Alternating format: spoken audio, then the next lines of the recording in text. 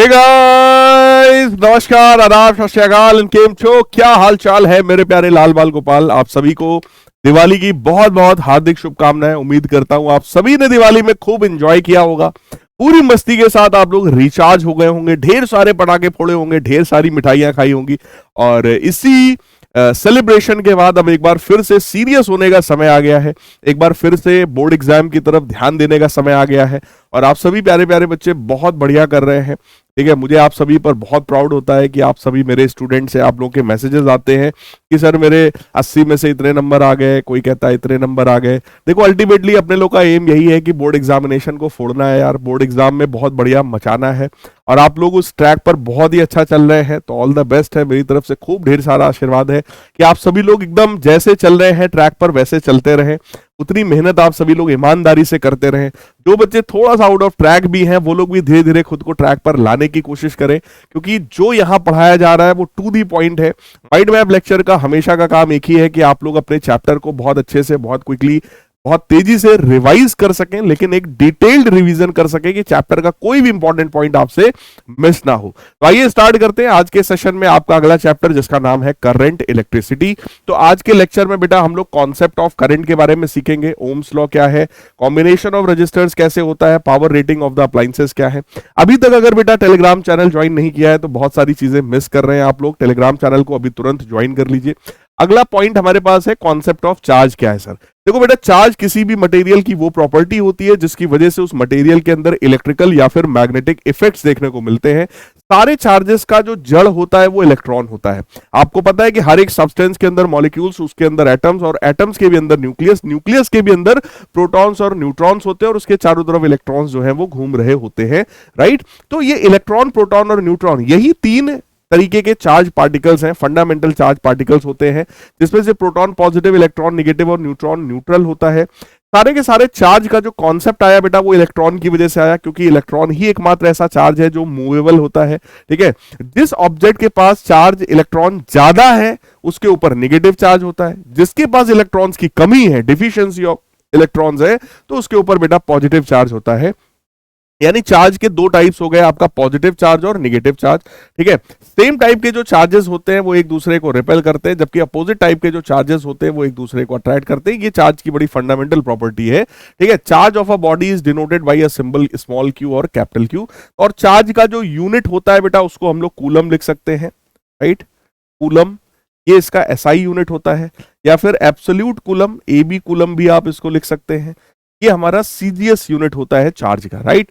फिर concept of current की बात करते हैं, तो charge in motion constitute current, यानी कि अगर चार्ज मोशन में आएगा तो वो एक ऐसा इफेक्ट क्रिएट करेगा जिसको हम लोग इलेक्ट्रिक करंट के नाम से जानते हैं। तो electric current is also defined as rate of flow of charge, right. In other words, the current flowing in a conductor is the amount of the charge flowing per unit time. यानी कि current को हम लोग total charge flown divided by total time taken. कभी भी आपसे कहा जाए what is the average value of current, तो आपको यही वाला फॉर्मूला लगाना होगा कि भाई टोटल कितना चार्ज फ्लो कर चुका है डिवाइडेड बाई कितना टाइम टोटल लग चुका है। So total charge flown divided by total time taken, इसी कॉन्सेप्ट को हम लोग बेटा इलेक्ट्रिक करंट के नाम से जानते हैं। इलेक्ट्रिक करंट एक स्केलर क्वांटिटी होती है, ठीक है। इसका जो यूनिट होता है वो कूलम पर सेकंड है। कूलम पर सेकंड को ही एम्पियर के नाम से जाना जाता है। तो आप सिंपली कह सकते हैं कि भाई करंट का जो यूनिट है वो एम्पियर होता है, राइट। फिर अगला हमारे पास कॉन्सेप्ट आता है पोटेंशियल का।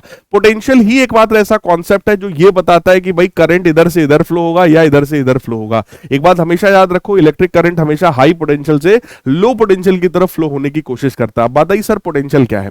पोटेंशियल का मतलब होता है अगर किसी भी एक यूनिट पॉजिटिव चार्ज को इन्फिनिटी से इलेक्ट्रिक फील्ड के किसी एक पॉइंट तक आप लाने की कोशिश करते हैं, तो जितना टोटल वर्क आपको करना पड़ता है इन्फिनिटी से यहां इलेक्ट्रिक फील्ड तक लाने में, ठीक है, इसी वर्क को बेटा पोटेंशियल के नाम से जाना जाता है। तो इलेक्ट्रिक पोटेंशियल का सिंपल सा सिंबल जो है वो V होता है, और इसका फॉर्मूला होता है W/Q, ठीक है। यहां पर वर्क कौन सा है, it is the work done in bringing the charge from infinity to a point in electric field, right. और Q कौन सा चार्ज है, वही जिस चार्ज को आप वहां से यहां तक लाए हो। अगर ये चार्ज 1 कूलम के बराबर हो जाएगा तो जितना वर्क डन है वही हमारा पोटेंशियल बन जाएगा। अदरवाइज आप W/Q कर देना, आपको पोटेंशियल की वैल्यू मिल जाने वाली है। स्केलर क्वांटिटी होती है बेटा, इसका यूनिट होता है जूल पर कूलम। इसी जूल पर कूलम को ही हम लोग वोल्ट के नाम से भी जानते हैं। चाहे आप जूल पर कूलम बोलो या वोल्ट बोलो, that is the unit of potential. और इसी पोटेंशियल को ही वोल्टेज के नाम से भी हम लोग जानते हैं। फिर बात आई बेटा पोटेंशियल डिफरेंस क्या है। पोटेंशियल डिफरेंस का मतलब हो गया इलेक्ट्रिक फील्ड के किसी एक पॉइंट से किसी दूसरे पॉइंट तक जब आप चार्ज को लेकर जाते हो तो यहां से यहां तक ले जाने में भी कुछ ना कुछ वर्क करना पड़ता है। That work done per unit charge is known as potential difference between these two points. तो पोटेंशियल डिफरेंस अगर आप किसी भी चार्ज को मान लो ए से बी लेके गए हो, चार्ज को अगर आप ए से बी तक लेकर के गए हो तो यहां से पोटेंशियल डिफरेंस मिलता है delta V is equal to work done in bringing the charge from A to B divided by that charge. Charge कौन सा था हमारा, क्यू नॉट चार्ज था जिसको मैं ए से बी लेकर के गया हूं। तो ये फॉर्मूला है पोटेंशियल डिफरेंस लिखने का। यहां बेटा सिंपल सा मतलब होता है फाइनल पॉइंट का पोटेंशियल माइनस इनिशियल पॉइंट का पोटेंशियल। तो V B minus V A is equal to work done in bringing the charge from A to B divided by Q naught. ये ओवरऑल फॉर्मूला होता है। अब इसी में अगर आप उल्टा कर देंगे तो बन जाएगा VA minus VB is equal to W B A, यानी कि इस बार आप चार्ज को किधर से किधर ले गए होंगे, आप बी से ए की तरफ ले गए होंगे according to this formula. Right, ये बात ध्यान रखना, पढ़ो यहां लैंग्वेज में लिखा भी होगा, है ना। Charge coulomb charge from point A to point B, इसमें दिखा रहा है ए से हम बी की तरफ लेकर के गए हैं, ठीक है। लेकिन ये ध्यान रखो ओरिजिनल कॉन्सेप्ट जो है वो आपके सामने यहां लिखा हुआ है, यही एकमात्र सही कॉन्सेप्ट है। अगर आप चार्ज को ए से बी की तरफ लेकर के जा रहे हो, आपको वर्क करना पड़ रहा है, राइट, ए से बी ले जाने में। सो पोटेंशियल डिफरेंस का मतलब फाइनल पॉइंट का पोटेंशियल माइनस इनिशियल पॉइंट का potential, that is equal to work done in bringing the charge from A to B divided by that charge Q naught. Right, इसका भी unit वही joule पर coulomb होता है, इसका भी यूनिट वही वोल्ट होता है, ठीक। फिर आया रेजिस्टेंस का कॉन्सेप्ट। जब भी बेटा चार्ज फ्लो करने की कोशिश करता है कंडक्टर के अंदर, उसको कुछ ऑब्स्टिकल वहां पर फील होता है, उसी ऑब्स्टिकल को रिप्रेजेंट करने का काम रेजिस्टेंस करता है। रेजिस्टेंस किसी भी कंडक्टर का जो होता है बेटा, that is directly proportional to length of that conductor, that is inversely proportional to cross sectional area of that conductor, ठीक है। प्रोपोर्शनल का मतलब सिंपल है कि अगर आप कंडक्टर का लेंथ बढ़ाएंगे तो रेजिस्टेंस बढ़ेगा, एरिया बढ़ाएंगे तो रेजिस्टेंस घटेगा। इन दोनों चीजों को अगर आप कंबाइन करते हो तो एक फॉर्मूला बन जाता है R is equal to rho L by A, जहां पर इस रो का मतलब होता है रेजिस्टिविटी या स्पेसिफिक रेजिस्टेंस। इसी का नाम होता है रेजिस्टिविटी या फिर स्पेसिफिक रेजिस्टेंस। ये जो रेजिस्टिविटी या स्पेसिफिक रेजिस्टेंस होता है, it is property of that material of the conductor. यानी कि रेजिस्टिविटी सिर्फ और सिर्फ मटेरियल पर और टेम्परेचर पे डिपेंडेंट है, जबकि रेजिस्टेंस जो होता है वो मटेरियल पे, टेम्परेचर पे, लेंथ पे और एरिया पे, चार चीजों पे डिपेंड कर रहा होता है। राइट, यानी कंडक्टर के लेंथ को अगर डबल करोगे बेटा तो उसका रेजिस्टेंस भी डबल हो जाएगा, उसके एरिया को डबल करोगे तो रेजिस्टेंस उसका आधा हो जाएगा। राइट, इस तरीके का कॉन्सेप्ट यहां पर हम लोग सीखते हैं। रेजिस्टेंस मटेरियल पे, टेम्परेचर पे, लेंथ पे, एरिया पे, चारों चीजों पे डिपेंडेंट होता है, इस बात को ध्यान रखिएगा। फिर बात आई सर कंडक्टेंस क्या है। Conductance is simply defined as reciprocal of the resistance. Resistance का रेसिप्रोकल जो होता है वो कंडक्टेंस होता है। कंडक्टेंस को बेटा किताबों में जी से डिनोट करते हैं, that is equal to 1 upon resistance. इसका जो यूनिट होता है वो ओम इनवर्स होता है, क्योंकि रेजिस्टेंस का यूनिट ओम होता है। राइट, तो इसी को MHO ऐसा भी लिखा जा सकता है, आपके ऊपर है। रेजिस्टेंस का यूनिट अगर आपको चाहिए तो रेजिस्टेंस का जो यूनिट है वो भैया हमारा ओम होता है, इट इज वेरी सिंपल, ओम, ठीक है। इसका यूनिट ओम होता है। ओम लिखने का जो सिंबल होता है वो कुछ इस तरीके का सिंबल होता है बेटा, ठीक है। यहां पर ओम इनवर्स है या MHO भी लिखा जा सकता है, या इसी को सिंबल बना के पावर में -1 ऐसा करके आप लिख दो। ओम्स लॉ क्या है भाई, ओम साहब ने ही रेजिस्टेंस का यूनिट ओम्स लिखा था, है ना। फिलहाल ओम्स लॉ क्या होता है, अगर कोई भी कंडक्टर है जिसकी फिजिकल प्रॉपर्टीज को कांस्टेंट रखा गया है, यानी कि उसकी लेंथ को, एरिया को, टेम्परेचर को, अगर इन चीजों को आपने कांस्टेंट रख रखा है तो ऑब्वियस उसका रेजिस्टेंस जो है वो कांस्टेंट हो जाएगा, क्योंकि रेजिस्टेंस इन्हीं चीजों पे डिपेंडेंट होता है बेटा। तो इन्होंने कहा कि भाई अगर किसी भी कंडक्टर के फिजिकल प्रॉपर्टीज को कांस्टेंट रखा गया है तो उस कंडक्टर के अक्रॉस जो करंट फ्लो हो रहा है that is directly proportional to the potential difference across it. यानी कि इन्होंने सिंपली कहा कि भाई करंट जो है वो directly proportional to potential difference across the conductor होता है। तो अगर कोई भी एक कंडक्टर है, मान लो यहां पर आपको मैं बना दूं, ये कोई एक कंडक्टर है और इस कंडक्टर के दो एंड्स हैं, एक एंड ए है, एक एंड बी है, ठीक है। ए और बी के अक्रॉस जितना ज्यादा बेटा पोटेंशियल डिफरेंस होगा, इसके अक्रॉस करंट उतना ही ज्यादा फ्लो होगा। राइट, या इसका मैं उल्टा बोलूं कि भैया potential difference is directly proportional to current, तो यहां से एक फॉर्मूला बनता है delta V is equal to I R. Proportionality हटाओगे बेटा एक कांस्टेंट आएगा R। R क्या है, रेजिस्टेंस ऑफ दैट कंडक्टर। यहां पर वो जो रेजिस्टेंस है, क्योंकि प्रोपोर्शनलिटी हटाने पर आया है तो वो रेजिस्टेंस यहां पर बेटा कैसा होता है, कांस्टेंट होता है। यानी कि जब बात आप ओम्स लॉ की करेंगे तो वहां पे हम रेजिस्टेंस को कैसा मतलब कैसा मान के चलेंगे हम कि that resistance is actually constant. Right, 9th-10th level पर तो यही पढ़ाया जाता है। आगे आप जब बड़े होंगे तब पता चलेगा आपको कि यार रेजिस्टेंस हमेशा कांस्टेंट हो, यही ओम्स लॉ नहीं बताता है, ठीक है। ओम्स लॉ के केस में कि भाई पोटेंशियल डिफरेंस और करंट के रेशियो को हम लोग रेजिस्टेंस कहते हैं। ये पता चलता है कि डेल्टा वी जो हमारा है वो आई आर के बराबर होता है, जहां पे रेजिस्टेंस हमारा कांस्टेंट है किसी भी कंडक्टर के लिए। ठीक है, ग्राफ अगर आप बनाते हैं, अगर यहां पे करंट है बेटा, यहां पर वोल्टेज लिया है, ग्राफ स्ट्रेट लाइन बनेगा। इस ग्राफ का जो स्लोप होता है वो आपको रेजिस्टेंस रिप्रेजेंट करता है। अगर ये एंगल थीटा है बेटा, तो इसका जो स्लोप है वो टैन थीटा से रिप्रेजेंट किया जाता है, राइट। यही ग्राफ अगर तुम्हारा यहां वोल्टेज ले लो, इधर की तरफ करंट ले लो, तो ग्राफ तुम्हारा कुछ इस तरीके का बनेगा। इस बार इसका जो स्लोप हो गया वो 1 अपॉन रेजिस्टेंस होगा, और अगर ये वाला एंगल थीटा है तो स्लोप का मतलब तो वही टैन थीटा होता है, राइट। यानी कि इस वाले ग्राफ में जो स्लोप है वो कंडक्टेंस को रिप्रेजेंट करता है, जबकि इस वाले ग्राफ में जो स्लोप है वो रेजिस्टेंस को रिप्रेजेंट कर रहा होता है। तो ओमिक रेजिस्टर्स, वही बात आ गई कि भाई ऐसे रेजिस्टर्स जो ओम्स लॉ को फॉलो कर रहे हैं, जिनके लिए रेजिस्टेंस की वैल्यू कांस्टेंट है, उनको हम लोग क्या बोलते हैं, ओमिक रेजिस्टर्स बोलते हैं। तो ओमिक रेजिस्टर्स में अगर वी और आई का ग्राफ बनाओगे तो हमेशा एक स्ट्रेट लाइन ग्राफ ही बनने वाला है। यहां पे एग्जांपल दिया है, कह रहे हैं भाई जितने भी मेटेलिक कंडक्टर्स होते हैं, all metallic conductors such as silver, aluminium, copper, iron etcetera, nichrome, copper sulphate solution with copper electrodes and dilute sulfuric acid etc at constant temperature behaves as ohmic resistance, right। तो ohmic conductor या ohmic resistance वही होता है जो Ohm's law को follow कर रहा है, जिसके लिए रेजिस्टेंस की जो वैल्यू है वो कांस्टेंट है। अगला बेटा नॉन ओमिक रेजिस्टर्स, यानी कि ऐसे कंडक्टर्स जो कि ओम्स लॉ को फॉलो नहीं करते हैं, जिनके लिए रेजिस्टेंस की वैल्यू कांस्टेंट नहीं होती है, उनको हम लोग ओम्स नॉन ओमिक कंडक्टर के नाम से जानते हैं। यहां पर जो रेजिस्टेंस बेटा होता है वो डेल्टा वी अपॉन डेल्टा आई के बराबर होता है, यानी कि इसको हम लोग डायनेमिक रेजिस्टेंस के नाम से भी जानते हैं, क्योंकि यहां पर रेजिस्टेंस की एक फिक्स वैल्यू नहीं होती है, यहां पर एक रेंज होता है कि भैया रेजिस्टेंस इतने से इतने के बीच में कुछ भी हो सकता है, राइट। यहां पे रेजिस्टेंस की वेरिएबल वैल्यूज होती है, तो इसी तरह के रेजिस्टेंस को बेटा डायनेमिक रेजिस्टेंस कहा जाता है। ओम्स लॉ देखो यहां भी वैलिड है ना, ओम्स लॉ यहां भी है, बट वो डेल्टा वी अपॉन डेल्टा आई के फॉर्म में आता है। तो इस तरह के रेजिस्टेंस में कांस्टेंट रेजिस्टेंस नहीं होता है, दिस इज डायनेमिक रेजिस्टेंस। तो यहां देखो लिखा हुआ है, ऐसे कंडक्टर जो ओम्स लॉ को फॉलो ही नहीं कर रहे हैं, 10th के लेवल पे यही कहा जाता है कि जो ओम्स लॉ को फॉलो ही नहीं करते हैं उनको नॉन ओमिक रेजिस्टर्स कहा जाता है। ठीक है, यहां पे डेल्टा वी का मतलब वही है चेंज इन वोल्टेज, डेल्टा आई का मतलब वही है चेंज इन करंट, राइट। तो कहने का मतलब ये है कि अगर डेल्टा वी अपॉन डेल्टा आई करने के बाद रेजिस्टेंस की वैल्यू मिल रही है तो ये एक आपका वेरिएबल रेजिस्टेंस होगा, इसको डायनेमिक रेजिस्टेंस के नाम से हम लोग जानते हैं। ठीक है, ये कोई कांस्टेंट रेजिस्टेंस नहीं होगा। तो कायदे से डेफिनेशन ये होनी चाहिए कि नॉन ओमिक रेजिस्टर्स वो होते हैं जिसमें रेजिस्टेंस की वैल्यू कांस्टेंट ना हो। बट 10th के लेवल पे जैसा आपकी किताबों में लिखा है वो बिल्कुल सही है, यही आप लोग भी बोर्ड एग्जाम में बेटा लिखना, राइट। क्या कि भैया एलईडी है, सोलर सेल है, जंक्शन डायोड है, ट्रांजिस्टर्स है, फिलामेंट ऑफ बल्ब है, ये सभी एग्जांपल्स हो गए नॉन ओमिक रेजिस्टर्स के। और बेटा कई बार पूछा जाता है कि नॉन ओमिक क्या है, उसके एग्जांपल्स बताओ, राइट। फिर choice of material for a wire, यानी कि अगर कोई वायर हमें यूज कर रहा है तो कैसा मटेरियल उसमें यूज होगा। तो यहाँ पे सीधी सीधी बात दे दी गई भाई, क्या wire use for electrical connections and for power transmission. Power transmission के लिए कैसा वायर चाहिए, इलेक्ट्रिकल कनेक्शन के लिए यार देखो घरों में हम लोग क्या यूज करते हैं, कॉपर का या फिर एल्यूमिनियम का वायर।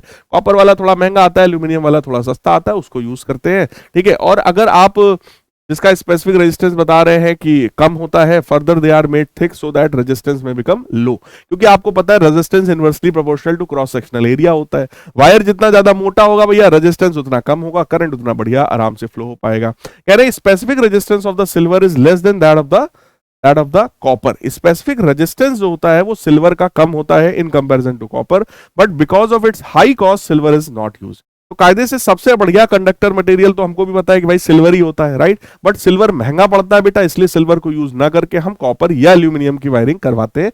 तो जनरली लोग कॉपर को ज्यादा प्रेफर करते हैं क्योंकि वो सेफ है, ठीक है, वो बेटर होता है।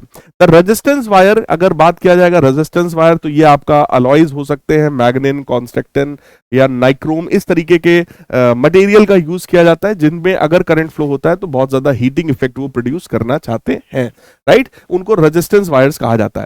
फ्यूज में कौन सा बेटा यूज करते हैं, तो ये आपको पढ़ाया गया है कि भाई फ्यूज के लिए हम लोग अलॉय ऑफ लेड और टिन इसको यूज करते हैं। लेड और टिन का अलॉय होता है because it's melting point is low, क्योंकि इसका जो मेल्टिंग पॉइंट है बेटा वो हमारा लो होता है, it's melting point is low and specific resistance is more than that of the copper और एल्यूमिनियम। कॉपर या एल्यूमिनियम के कंपैरिजन में इसका जो स्पेसिफिक रेजिस्टेंस है, रेजिस्टिविटी जो है वो ज्यादा होता है, मेल्टिंग पॉइंट जबकि कम होता है, so that resistance of a short and thin fuse wire is high to the extent that it permits current up to safe limit to pass through it and excessive current melt it so that it blows off. तो बेटा fuse का तो काम ही यही होता है अपने instruments को प्रोटेक्ट करना, एक सर्टेन अमाउंट से ज्यादा जब करंट फ्लो हो तो ये भाई मेल्ट कर जाए, है ना। मेल्ट करने के लिए इसका रेजिस्टेंस बढ़िया होना ही चाहिए, बिना अच्छा रेजिस्टेंस के कैसे मेल्ट करेगा, राइट। तो इसके रेजिस्टेंस को अच्छा करने के लिए हम इसके स्पेसिफिक रेजिस्टेंस को बढ़ाने की कोशिश करते हैं, मटेरियली ऐसा लेते हैं जिसका स्पेसिफिक रेजिस्टेंस जो है वो थोड़ा ज्यादा हो।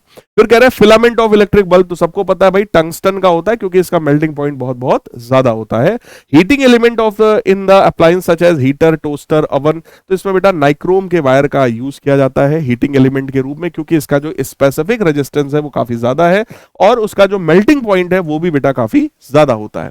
सुपर कंडक्टर्स की बात कर रहे हैं। अब कुछ ऐसे भी सब्सटेंसेस हमारे पास है जो एक सर्टेन टेम्परेचर पर यानी कि एब्सोल्यूट 0 डिग्री के आसपास आने पर बहुत ही हाईली कंडक्टर की तरह बिहेव करना शुरू करते हैं। इनका जो रेजिस्टेंस है वो बिल्कुल 0 हो जाता है एब्सोल्यूट 0 टेम्परेचर के आसपास, जैसे कि मरकरी, है ना। मरकरी के केस में होता है कि लगभग 4 केल्विन के आसपास जब ये पहुंचता है तो भाई ये लगभग इसका रेजिस्टेंस 0 हो जाता है, रेजिस्टिविटी 0 हो जाती है और कंडक्टिविटी बहुत ज्यादा बढ़ जाती है, राइट। तो यहां पे चेक करो एग्जांपल, जैसे mercury below 4.2 kelvin, lead below 7.25 kelvin, niobium below 9.4 kelvin. बेटा 0 केल्विन का मतलब समझते हो -273 डिग्री सेल्सियस।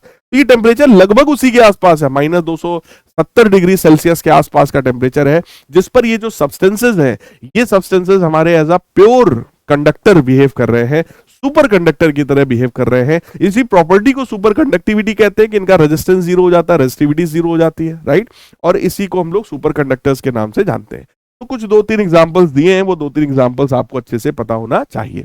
फिर बात आई sir EMF of a cell क्या है, किसी भी सेल का ईएमएफ क्या होता है। देखो अगर कोई भी सेल है अगर वो करंट नहीं दे रहा है तो सेल के अक्रॉस जो पोटेंशियल डिफरेंस होता है उसी को ईएमएफ कहा जाता है। यानी कि अगर सेल सिंपली रखा है करंट नहीं दे रहा है तो भैया जो पोटेंशियल डिफरेंस है वही इसका ईएमएफ कहलाता है। या एक सिंगल एक चार्ज दे दो, वो चार्ज इस सेल के एक इलेक्ट्रोड से दूसरे इलेक्ट्रोड तक पूरा वापस पहुंचाने में और दूसरे से वापस पहले तक लाने में जो टोटल वर्क डन होता है that is defined as EMF of the cell. तो ईएमएफ का मतलब वही हो गया कि भाई total work done in moving the charge from one electrode to another electrode again back to the first electrode, right. तो ये होता है W/Q के बराबर। फिर कह रहे टर्मिनल वोल्टेज क्या होता है, टर्मिनल पोटेंशियल डिफरेंस या टर्मिनल वोल्टेज का मतलब सेल के एक इलेक्ट्रोड से चार्ज को दूसरे इलेक्ट्रोड तक पहुंचाने में जो वर्क करना पड़ जाए वही हमारा टर्मिनल पोटेंशियल डिफरेंस कहलाता है। यानी एक्सटर्नल सर्किट में जो आपने वर्क किया है divided by that charge is known as terminal potential difference. जबकि ईएमएफ में क्या था, एक इलेक्ट्रोड से दूसरा इलेक्ट्रोड और दूसरे से वापस पहले इलेक्ट्रोड तक टोटल जो वर्क डन है वो W/Q था, ठीक है। जबकि केवल एक इलेक्ट्रोड से दूसरे इलेक्ट्रोड तक पहुंचाने में जो वर्क हुआ है वो W' है, राइट। आखिरी कह रहे हैं voltage drop in a cell. Voltage drop in a cell का मतलब क्या होता है कि भाई अगर कोई चार्ज जो इधर से इधर आ चुका है अब इसको यहां से वापस इंटरनल सर्किट से होते हुए इंटरनल रेजिस्टेंस को क्रॉस करते हुए, ठीक है, जब आप वापस उसी सेम इलेक्ट्रोलाइट में उसको इलेक्ट्रोड में आप पहुंचा देते हो जहां से वो आया था, तो जो वर्क हमें करना पड़ता है that is known as your voltage drop in a cell. तो उसको स्मॉल W/Q के बराबर हम लोग रिप्रेजेंट करते हैं। कॉन्सेप्ट फिर से समझो, अगर एक चार्ज है, ठीक है, एक सेल से दूसरे सेल तक ले गए तो वर्क कितना हुआ W', यहां से वापस लौट करके इधर ले आए तो वर्क कितना हुआ स्मॉल w। टोटल वर्क कितना हुआ W' प्लस स्मॉल w, वही कैपिटल W था, राइट। तो ईएमएफ जो होता है वो terminal potential difference plus voltage drop के बराबर होता है। वही चीज यहां पे देखो लिखा हुआ है कि भाई W' और स्मॉल w का जो सम होता है वो W के बराबर होता है। Q से अगर आप डिवाइड कर देंगे तो एक फॉर्मूला बन जाएगा कि V बराबर EMF माइनस स्मॉल v। स्मॉल v क्या है, that is the voltage drop in the cell. Voltage drop in the cell यानी वोल्टेज जो कोई भी सेल के अंदर जो इंटरनल रेजिस्टेंस होता है उसमें जो वोल्टेज ड्रॉप हो गया। बेटा कोई भी सेल में 2 इलेक्ट्रोड्स होते हैं, एक इलेक्ट्रोलाइट होता है, राइट। इलेक्ट्रोलाइट का अपना जो रेजिस्टेंस है वो इंटरनल रेजिस्टेंस कहलाता है। अब यहां पर हमसे कह रहे हैं इंटरनल रेजिस्टेंस क्या चीज है, तो वही बात आ गई भाई, इलेक्ट्रोलाइट का जो रेजिस्टेंस है वही इंटरनल रेजिस्टेंस कहलाता है, ठीक है। और यहां पर हमारे पास देखो एक वोल्टेज ड्रॉप का फॉर्मूला भी है दैट इज I(r). किसी भी सेल में बेटा सिर्फ 2 चीजें होती हैं, एक उसका अपना ईएमएफ, दूसरा उसका अपना इंटरनल रेजिस्टेंस।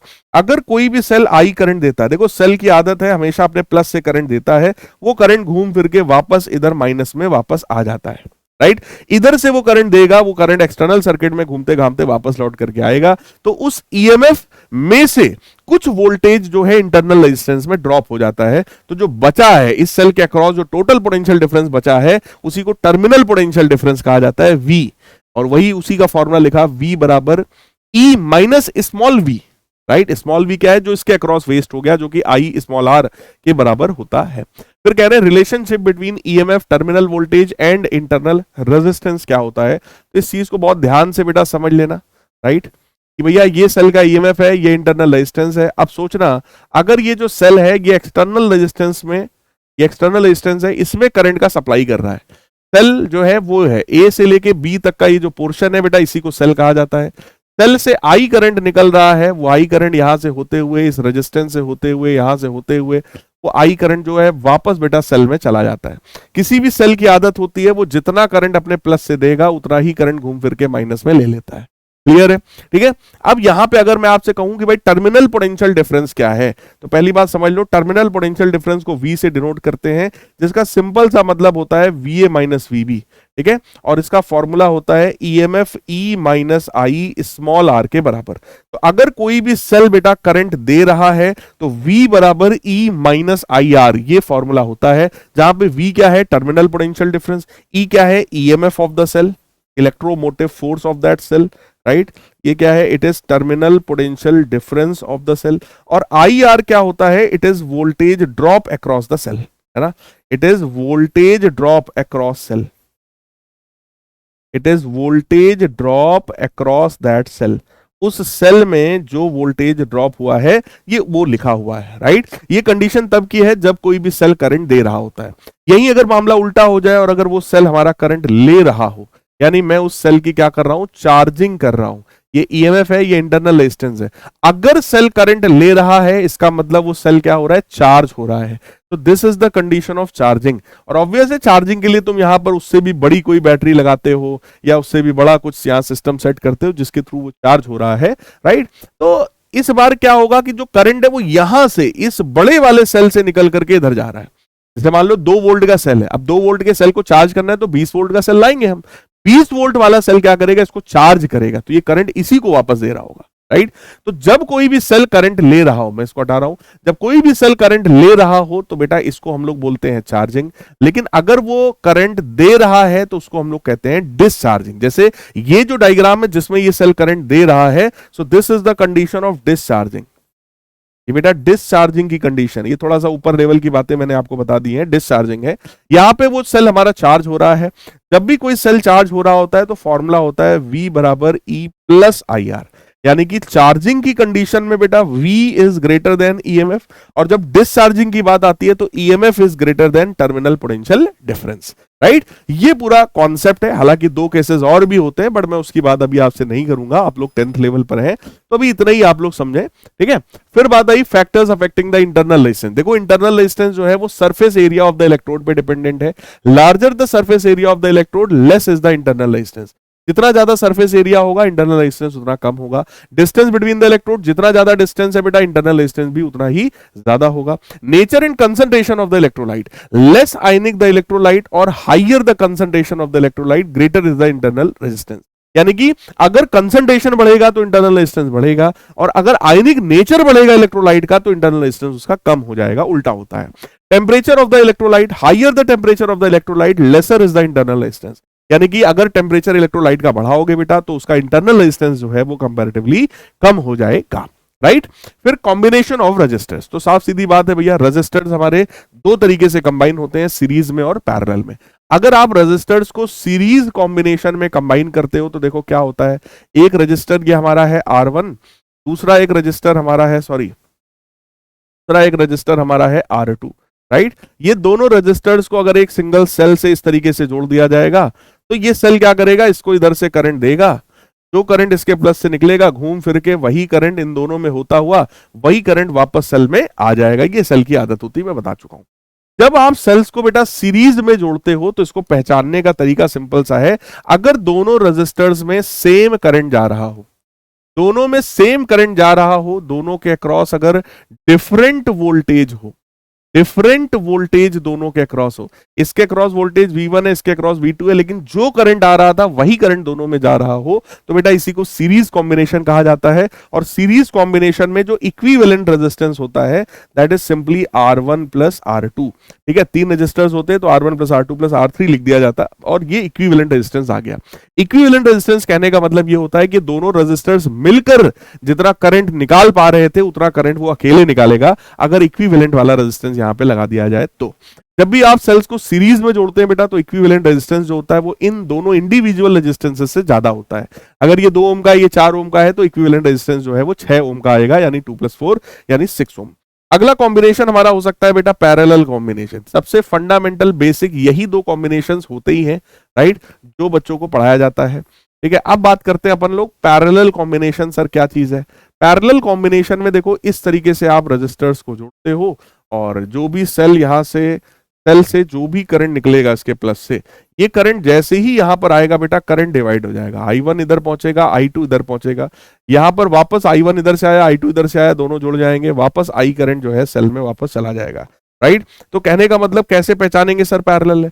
पैरेलल में अगर डिफरेंट करंट हो, ठीक है, अगर रजिस्टर्स के अक्रॉस डिफरेंट करंट जा रहा है और सेम पोटेंशियल डिफरेंस हो तो उसको हम लोग पैरेलल कॉम्बिनेशन के नाम से जानते हैं। अगर करंट दोनों में सेम करंट जा रहा है तो सीरीज कॉम्बिनेशन, अगर दोनों में अलग अलग करंट जा रहा है, करंट डिवाइड अगर यहां पर हुआ, डिवाइड अगर करंट हुआ, तो बेटा तुरंत समझ जाना कि पैरेलल कॉम्बिनेशन यहां पर हो चुका है। पैरेलल कॉम्बिनेशन में क्या होता है, जो वोल्टेज सेल का है वही इसका होगा, वही इसका होगा, ये बात ध्यान रखिएगा, ठीक है। और यहां पे फॉर्मूला होता है 1/R equivalent is equal to 1/R1 plus 1/R2 के बराबर, राइट।